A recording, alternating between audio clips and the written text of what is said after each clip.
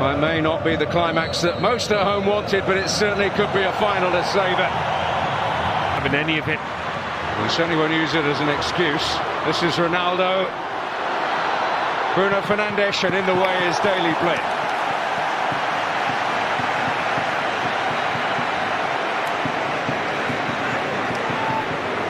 Yeah, nice play, moving the ball across the pitch. Up against De Ligt here. Whenever De Ligt makes a challenge, he tends to get it right. He thought that'd bounce back off his man, but it didn't. Danilo on the charge. Here is Ronaldo. Van Dijk. And he couldn't resist that one when it bounced up in front of him.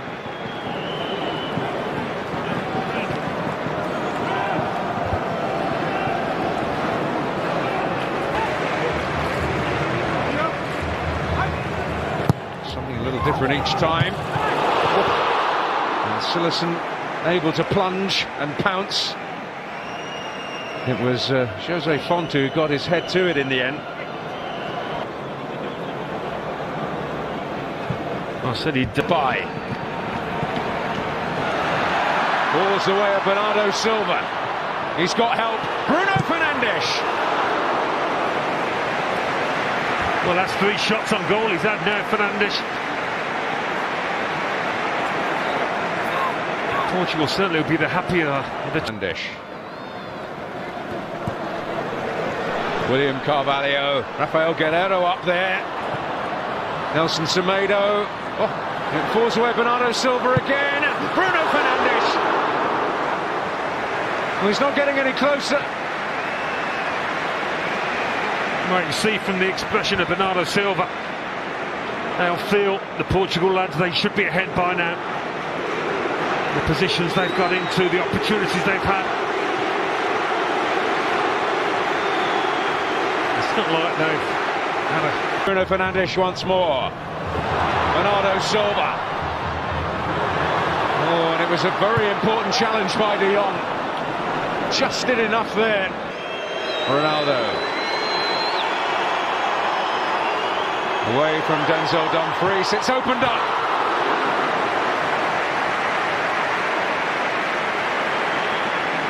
Another effort on target.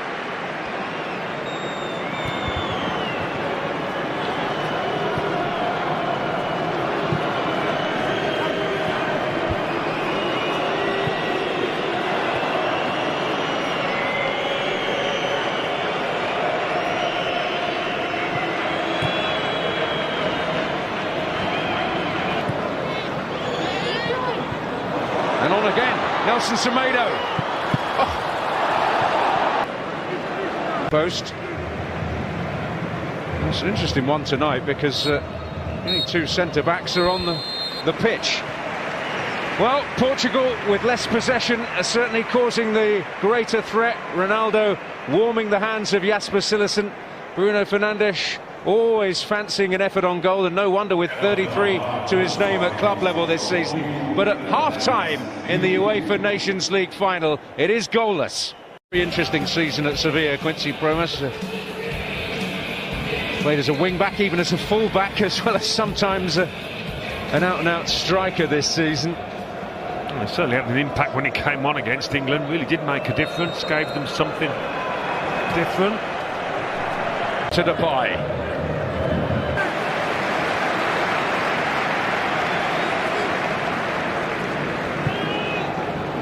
Well, immediately it's looking brighter. I think Portugal. Germany also in that group.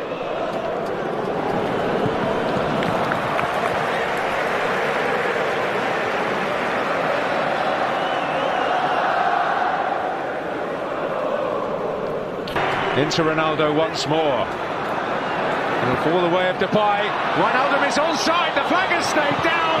But Rui Patricio produces when he needed to. Yeah, the flag's gone up now. He always waits these days, the linesman, for the move to play out. It's a really frustrating move, I think, because you never quite know. He probably knew, Ronaldo, but he's just got to go ahead with it. And Ganesh. Van Dijk reading the situation again. He did ever so well, Ronaldo, to keep that move going. Oh, have they sprung the trap here? Bernardo Silva. Oh, an urgent action from De Ligt. You don't often see that happen. There's a big gap down that right-hand channel. He knew he was onside. Oh, and Van Dijk won the battle in there, and it was important he did. Guerrero. Ganesh. Well, very, very significant challenge there from Steven Bergwijn, and a fair one. Yeah, it made some ground, the ref, to get fairly close to it. Well, it's the Portugal. Much coveted Ajax talent. Oh, great work by Ganesh. Bernardo Silva. Ganesh! Breakthrough!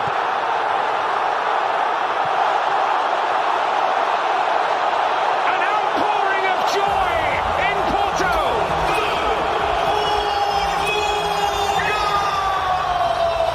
Portugal strike first in the Nations League final. And what a strike it was as well from Guedes. Beautifully struck. Right in the corner it appeared to be. The little nutmeg here that opens up the gap. It's not an easy chance by any means, and Cillessen might feel he could have done better here. But Bernardo, like he did, it is a save you would expect him to make. But he was agile there.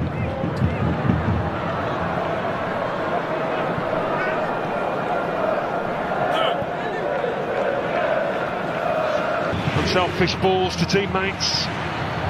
Promise will get there. Daily Blind. In comes Denzel Dumfries, and Rafael Guerrero made it his. Free kick awarded in his favour, but a brave and vital piece of defending. Yeah. Ronaldo.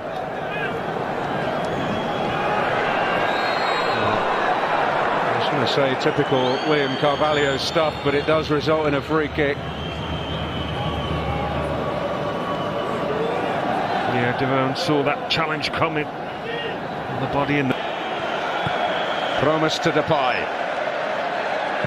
Denzel Dumfries well forward.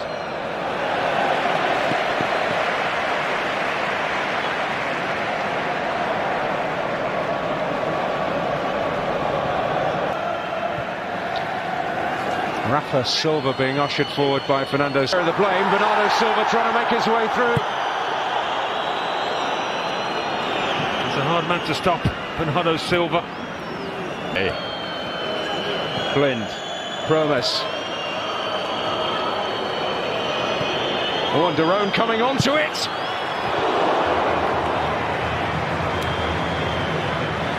Oh, an opportunity to at least test the goalkeeper. Yeah. Just to keep it down, coming onto it.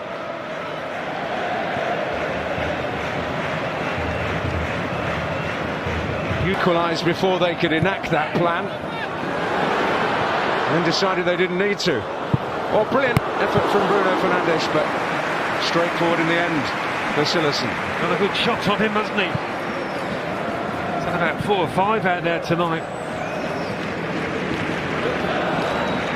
Very unfamiliar role, and he's matched him, and up he goes. So he's here, the referee, and up there, centrally on the edge of the box.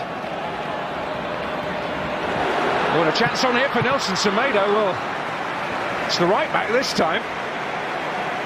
He's slowly moving back towards his feet. Ball in from Promise.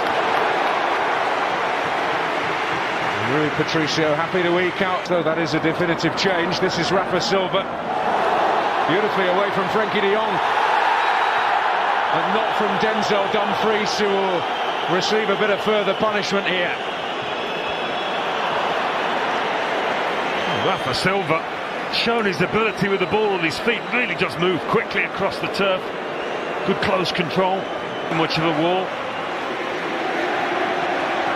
I think sometimes that's the best policy, make sure the keeper can get a decent view of it.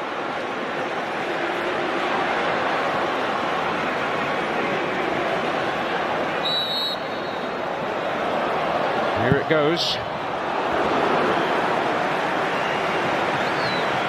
For De Blind. And that's Rui Patricio's and one of the biggest cheers of the night.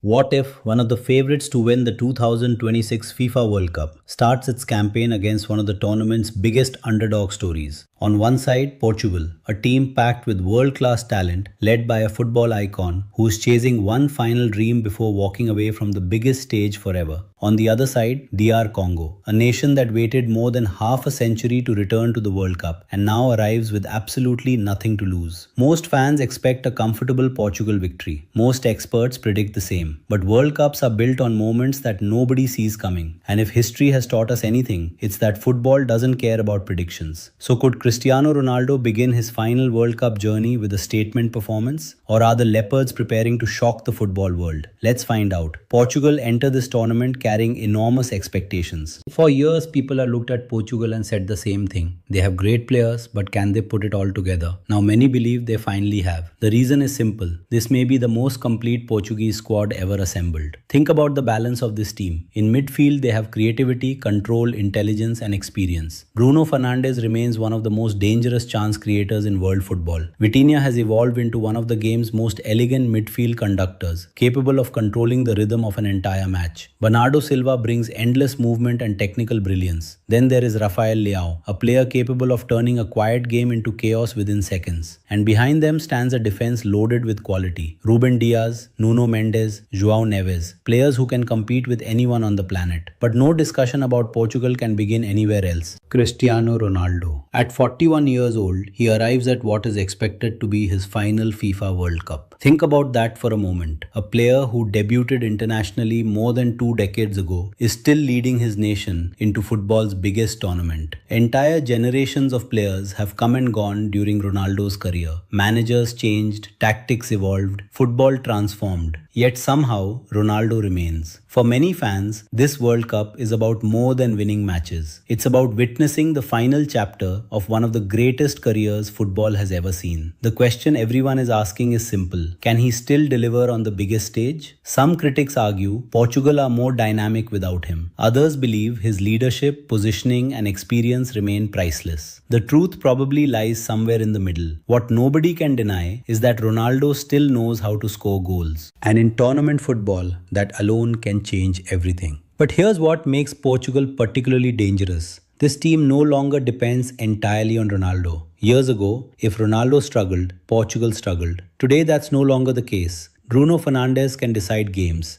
Vitinha can dominate games. Leao can explode past defenders. Bernardo Silva can unlock defenses. Portugal now have multiple paths to victory. That makes them one of the most feared teams in the tournament. Yet despite all the talent, there is pressure. Huge pressure. Because Portugal are no longer considered outsiders. They are considered genuine contenders. Anything less than a deep run will disappoint supporters. And that pressure arrives from the very first match. Now let's turn our attention to a team whose journey could not be more different. DR Congo. For younger football fans, their World Cup story feels almost unbelievable. Their previous appearance came all the way back in 1974. Think about how much football has changed since then. Entire footballing eras have passed, legends have risen and retired, World Cups have come and gone, and through all of it, DR Congo waited, year after year, qualification campaign after qualification campaign, near misses, disappointments, heartbreak. Then finally, they broke through. And they didn't do it the easy way. Their qualification journey was one of the most dramatic stories in African football.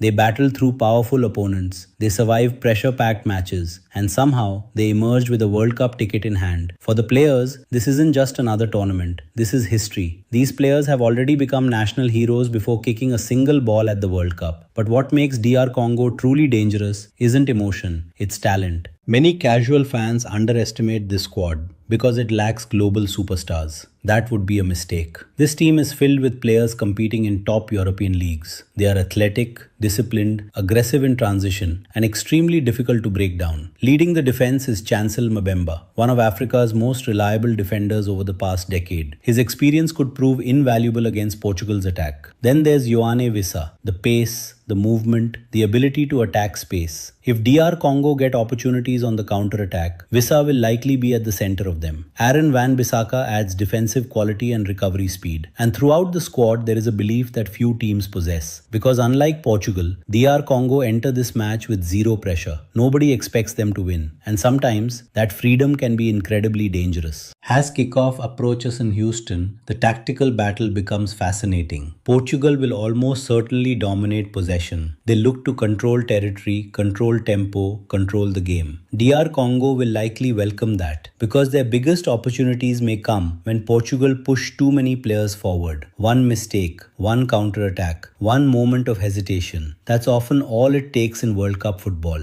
And there is one particular battle that could decide everything. Portugal's attacking stars against DR Congo's defensive organization. If the Leopards can survive the early pressure, frustration could begin to creep into the Portuguese side. And that's when things get interesting. Because football history is filled with favorites who thought victory would come automatically. The question is, will Portugal avoid that trap? Or could DR Congo create one of the biggest stories of the opening round? Because when we return, we'll dive deeper into the tactical matchups, key players to watch, score predictions, and the one shocking scenario that could completely change Group K. We explored the contrast between Portugal's superstar-filled squad and DR Congo's inspiring underdog journey. Now it's time to look at what might actually happen when these teams step onto the field. Let's start with the midfield battle. This is where Portugal hold perhaps their biggest advantage. Modern football is often decided by who controls the center of the pitch, and few teams in the tournament can match Portugal in this department. Vitinha has become one of the most intelligent midfielders in world football. His ability to receive under pressure, escape tight spaces, and dictate tempo is extraordinary. Alongside him, Bruno Fernandes constantly searches for opportunities to create danger. Most players see passes, Bruno sees possibilities. That combination could create major problems for DR Congo.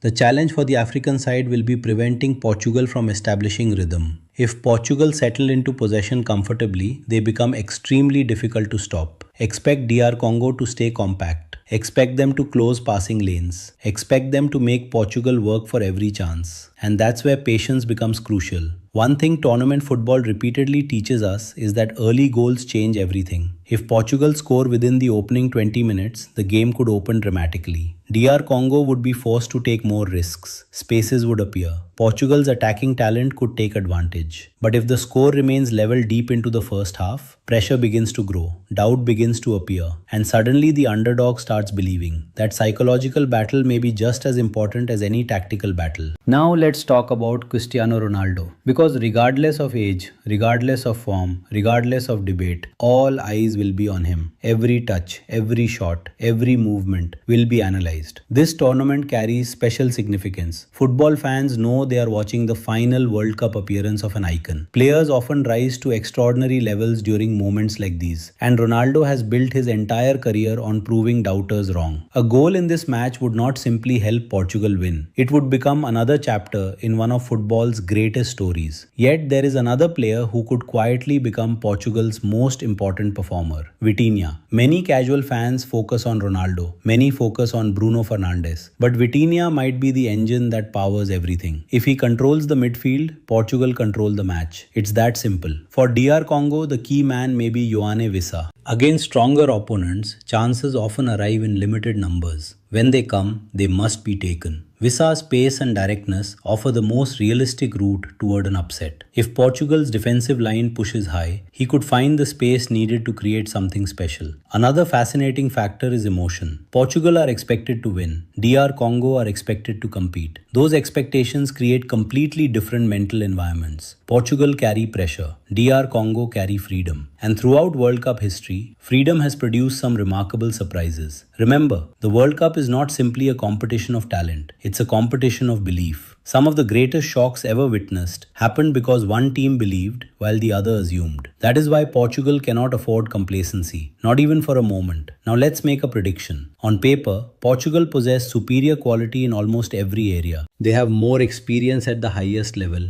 more depth, more creativity, more match winners. Over 90 minutes, those advantages are difficult to ignore. However, DR Congo are unlikely to make things easy. Expect a disciplined defensive performance. Expect physical battles. Expect moments where Portugal are forced to remain patient. The first half could be tighter than many expect, but eventually Portugal's quality should begin to tell. A clever pass from Bruno Fernandes, a midfield breakthrough from Vitinha, a decisive finish from Ronaldo or Leao. Those moments are what separate contenders from underdogs. My prediction, Portugal 2-0 DR Congo. A professional performance rather than a spectacular one. A result that gives Portugal the perfect start while reminding everyone that World Cup victories are rarely straightforward. For DR Congo, even defeat would not end the dream. The battle for qualification often extends far beyond the opening match, and this team has already shown remarkable resilience throughout their journey. But for Portugal, this game represents the first step towards something much bigger, a possible World Cup title, a final Ronaldo story, and perhaps the realization of a dream generations of Portuguese fans have waited to see. The stage is set, Houston is ready, millions will be watching, one team chasing glory, one team chasing history, and when the whistle blows, only one thing is certain. The World Cup never follows the script for long. That's why we watch, that's why we believe, and that's why Portugal versus DR Congo could be far more memorable than anyone expects.